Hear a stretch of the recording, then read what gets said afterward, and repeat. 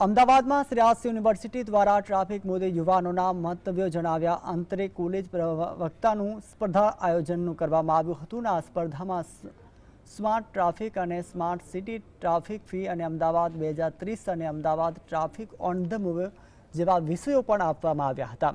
સ્પર્ધકોને એક સૂરે જણાવ્યું છે કે ટ્રાફિક સમસ્યાનો ઉકેલ લાવવા માટે ટ્રાફિક નિયમોનું પાલન કરવું ખૂબ જરૂરી છે અને તેની જરૂરિયાત પોતાનાથી થવી ખૂબ જરૂરી હોય છે.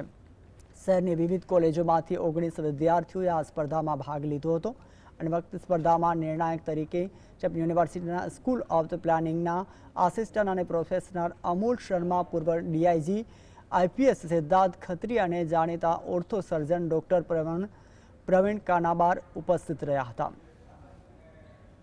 વસ્તુ જે મને આ ઇલોક્યુશનમાં બહુ અલગ લાગી અને નવી લાગી વોઝ ધ ટોપિક. આપણને ટ્રાફિક ઉપર 4 ટોપિક આપ્યા હતા જેમાં ઉપર બોલવાનું હતું. સો શ્રેયાસ યુનિવર્સિટીએ એ વસ્તુ જોઈ કે આજના સમયમાં ટ્રાફિકના રિલેટેડ કેટલા બધા પ્રોબ્લેમ્સ થાય છે અને યુથ જે આ બધા બાળકો છે એમના જ દ્વારા એના ઉપર બધી સ્પીચીસ બોલાવડાવી જેનાથી બાળકો બી અવેર થાય. એન્ડ સ્પેસિફિકલી મેં બી પાર્ટિસિપેટ મેઇન એટલે જ કર્યું હતું બિકોઝ મને ટોપિક બહુ ગમ્યો હતો. સો ડેફિનેટલી બહુ સારો ટોપિક હતો અને બહુ સારું એક્સપિરિયન્સ રહ્યું.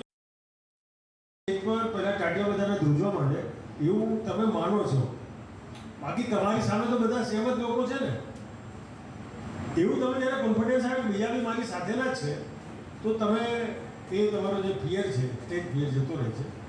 છોકરાઓને કોન્ફિડન્સ આવે તેના માટે સ્ટેજ પર ઊભો કરીએ કે તારા અનુભવ જ કે ચાલ બીજું કંઈ નહીં બોલાવતા રહે, તારા અનુભવ જ કહેવા નતા તો ચોક્કસપણે સ્ટેજ ફિયર જતો રહે, ધીરે ધીરે ધીરે જાય.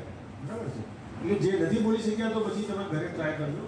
બીજું આવતા પહેલાં 10 વખત ઘરે ટ્રાય બી કરવાનો. આપણે એમને બોલીને આપણે મમ્મીને પપ્પાને પજાવવાના કે હવે તમે મારું સાંભળો હું બોલીશ તો અહીંયા જે કન્ફ્યુઝન થાય ને એ કન્ફ્યુઝન